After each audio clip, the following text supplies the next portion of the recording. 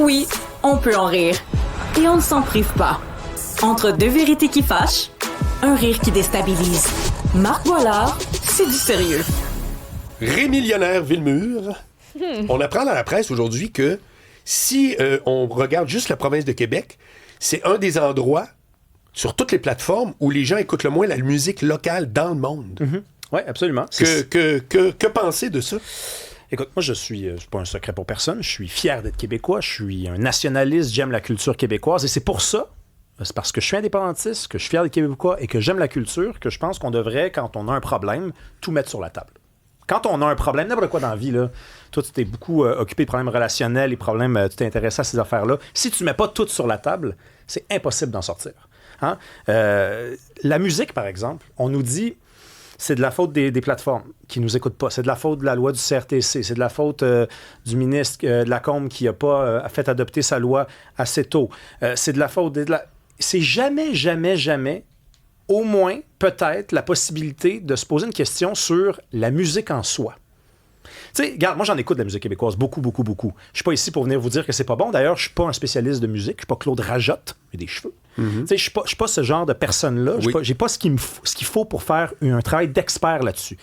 Mais tu remarqueras que n'importe quel autre produit, parce que la musique est un produit, la musique est un produit culturel, n'importe quel autre produit qui verrait ses ventes baisser, qui verrait l'attention qui lui est portée baisser, diminuer au fil du temps, si on s'y intéressait à ce phénomène-là, il faudrait au moins qu'on se pose la question à savoir s'il n'a pas perdu de la valeur. N'importe quel autre produit.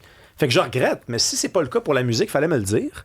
D'accord? Mm-hmm. Avant la chronique, je serais pas venu te dire ça. Mais non, mais il faudrait nous le dire depuis des années. Comme ça, on arrêterait de se poser la question à savoir si la musique est bonne ou pas. Écoute, j'ai lu du monde réagir à ça, dire par exemple, ben non, mais dans le temps des vinyles puis des CD, 40% de ce qui se vendait au Québec, c'était québécois. Aujourd'hui, c'est 7% de la musique. Ah! Ben non, t'es peut-être en train de prouver mon point, là. T'es peut-être en train de me dire, en fait, qu'à l'époque, c'était meilleur, sans le savoir, t'sais. Pourquoi ça pourrait pas faire partie de la discussion? J'en reviens pas. Je veux dire, je n'en reviens pas. Moi, je te dis pas que c'est ce qui explique ceci, explique cela. Je te dis que... Je veux dire que ce point-là n'est même pas en discussion. Mais tu l'as jamais entendu? Moi, je sais pas, j'ai jamais entendu ça, là. À part du monde sur les réseaux sociaux dire, ben écoutez, moi, il me semble que, tu sais, j'ai 70 ans, j'ai connu les années 70-80, c'était meilleur, aujourd'hui, je trouve que c'est moins bon. Ça, c'est ce que tu vas lire sur les réseaux sociaux, et ça a une valeur. Je regrette parce que c'est ces gens-là qui écoutent de la musique, hein. C'est nous autres qui écoutons la musique, là. C'est pas juste du monde autour des tables, dans des conseils d'administration, là, qui écoutent de la musique, puis qui sont capables de dire si c'est bon ou si c'est pas bon. Moi, je prends même pas le risque de venir te dire que c'est moins bon qu'avant, mais je viens te dire que c'est sûr que ça doit faire partie de la discussion. Je n'en reviens pas. C'est sûr, Alors, sûr. Je te lance sur une hypothèse de même à travers d'autres. S'il faut autant protéger la langue française, tu penses qu'elle est moins bonne? Non. Ben non, c'est pas pour ça. Non? C'est pas pour ça. Okay. Tu sais, c'est une langue qui nous est chère pour des raisons historiques, des raisons culturelles. On l'aime, on l'a travaillé, cette langue-là. On l'a réformée. Regarde dans les dictionnaires, les mots qui s'ajoutent aujourd'hui en langue française, c'est des mots québécois. C'est une langue qui nous est chère. Fait qu'on aime on l'aime. Je veux dire, on l'aime. Tu sais, toi, si t'aimais ta blonde, tu voudrais la protéger. Nous, on aime la langue française, c'est pour ça. C'est pas parce qu'elle a moins de valeur. Il y a des langues partout dans le monde qui sont protégées dans les États dans lesquels elles sont parlées, ces langues-là. Tu sais, mais donc, protéger la musique francophone, non. Protéger le français, oui. Mais j'ai jamais dit que... Mais, de toute façon, moi, je suis pas venu ici te dire qu'il faut pas protéger la musique francophone. Là. C'est pas ça du tout que je suis venu te dire. Okay. D'ailleurs, la loi du ministre Lacombe sur la découvrabilité, je l'applaudis. Les travaux en ce moment entourant le CRTC pour faire entrer le CRTC au 21e siècle, j'applaudis ça. J'applaudis toutes ces choses-là. Là. C'est juste qu'à un moment donné... Tu sais, regarde. OK, j'en parle. Il y a une artiste dont je vais taire le nom parce que c'est inutile de lui faire un procès public. Il y a quelques mois, qui a fait une sortie publique. Une artiste très connue au Québec. Oui. Très, très connue. Une joueuse de musique. Chanteuse. Et elle n'a plus de carrière. Elle a décidé d'interrompre sa carrière, puis elle a expliqué à ses fans pourquoi elle faisait ça. Elle a fait une capture d'écran d'une salle de spectacle où elle peinait à vendre des billets. Puis elle a dit, regardez, je suis plus capable de vendre des billets, ma tournée est déficitaire, je m'arrête. Je n'ai jamais lu dans son plaidoyer un examen de conscience. Peut-être que ma musique est dépassée. Peut-être que les gens, écoute, préfèrent tel artiste ou tel autre artiste. En gêne de poitrine, là, on les a pas financés. Ils ont fait le buzz sur YouTube, puis sont devenus des vedettes internationales. Je veux dire, ça aussi, entrer dans la modernité, c'est accepter que ça passe pas forcément par des subventions. D'accord? J'en veux des subventions pour la culture. Je suis pas en train de te dire qu'il faut pas en avoir. Mais on a des exemples de groupes et de succès tout récents, là. Je te parle même plus des Cowboys fringants. Je te parle d'angine de poitrine. Angine de poitrine, ils se sont mis des costumes, c'était mal filmé, ils ont fait de la musique. Ouais. En fait, il y a même du monde qui disent que c'est même pas sûr que c'est de la musique, puis ils ont fait un buzz. C'est la preuve que c'est ça, entrer dans le 21e siècle. Ben, c'est la preuve, non, c'est la preuve que les miracles existent, c'est pas pareil. Ben, écoute, je sais pas si c'est un miracle, parce qu'il y a plein de gens sur YouTube, et c'est ça aussi la culture, et le ministre Lacombe le sait, ça. C'est pour ça peut-être qu'il a pris son temps aussi. C'est là que ça se passe maintenant. C'est là que ça se passe. Tu vas partir une chaîne YouTube, là, tu fais ça de même, OK? Tu étudies, tu vas sur YouTube, tu vas sur YouTube faire des tutoriels de YouTube, tu te pars ta chaîne YouTube, et au meilleur, la poche. Mais en même temps, angine de poitrine, je veux dire, ils n'ont pas...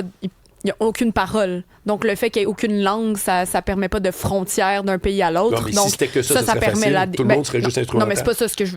non, c'est pas mon point, c'est pas qu'il soit instrumental. Non, c'est c'est juste pas que, mon point. vu qu'il n'y a pas de langue française, peut-être la question de découvrabilité, ça, c'est clair. que tout le monde peut en parler de la même manière parce que tout le monde entend la Mais même chose. on pinpoint Donc, je sais le pas si phénomène.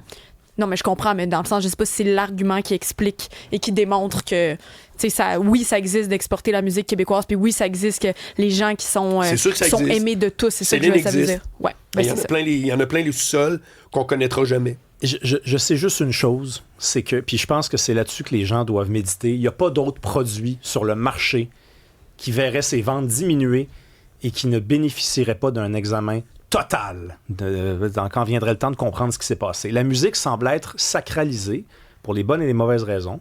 Elle semble être à part, dans une catégorie qui...